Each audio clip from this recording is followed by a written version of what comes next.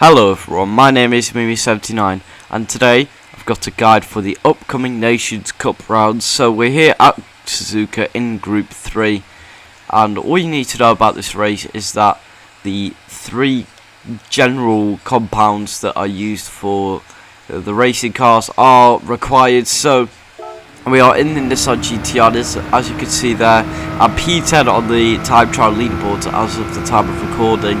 So this is a fairly solid lap, but straight away into the lap guide, then brake just after the tarmac on the left hand side.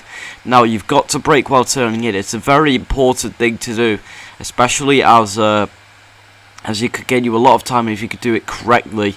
But as you can see here, not using full brake pressure. Now this is something called trail braking, something that can really gain you a lot of lap time here, especially at turn 1. But through the S's, then you've just got to try and keep the most flowing line possible to really maintain as much speed as you can. And even here, just revving out the third gear, and it is really important. Now through Dunlop, you've got to try and keep a little bit of throttle and then shift up as early as you can, and you've got to try and make the most of the track width as well. But into the first sector then, braking just before or just after the black box. I actually haven't got the ABS indicator on just yet, but this is a brake marker that you should try and use as much as you can throughout the race and in qualifying. Now on the soft tyres you'll be braking slightly after it, but on other compounds I presume that you'll be braking before it. But then here, this is a really tricky corner, Degner 2. Now, I don't actually use a brake marker, I just go off instinct, because, to be honest, there is no real brake marker you can use, I think, for this corner. So you've got to really judge it quite well, using a little bit of runoff on the exit. So, into the hairpin, then braking just after the curb, or just on the curb, really. You've got to keep the car nice and pinned, make sure it's straight on the exit. And then on the run to spoon, then you've just got to keep it to the inside. This is so you can just gain that extra half a tenth or so. But then into spoon curve, then braking just at the start of the tarmac on the right hand side.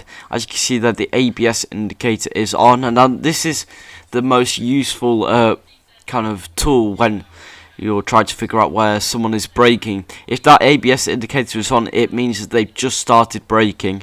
So bear that in mind, because it does catch a lot of people out. But here you've just got to keep a bit of throttle, but don't really go on full throttle too much. And then through here, we don't actually meet the apex, so maybe could have taken a slightly better line. But so far so good. It's been a fairly solid lap, not much I can really fault. And as we go into the final sector then, we're just going to pause it here because you've got to turn in before the 50 board, and this is really important because if you turn in at the perfect time for 130R, you can easily gain 2 tenths just by keeping up that speed mid-apex. So as you can see here, just really keeping it committed, and we're doing 150 on the exit there, and then braking just after the change from grass to gravel on the left hand side. But I've just caught it there. It's a brake marker that you use for pretty much any category because it is such a solid reference. Now you can maybe try brake slightly later, but I don't believe it'll make any good to your lap time. But as you can see, they're really abusing the track limits there on the exit, and it's going to be a 55.819, and I was really happy with that lap. So if this was helpful, leave a like and subscribe, turn on those post notifications, don't forget to join my Discord server. But take care everyone, and goodbye.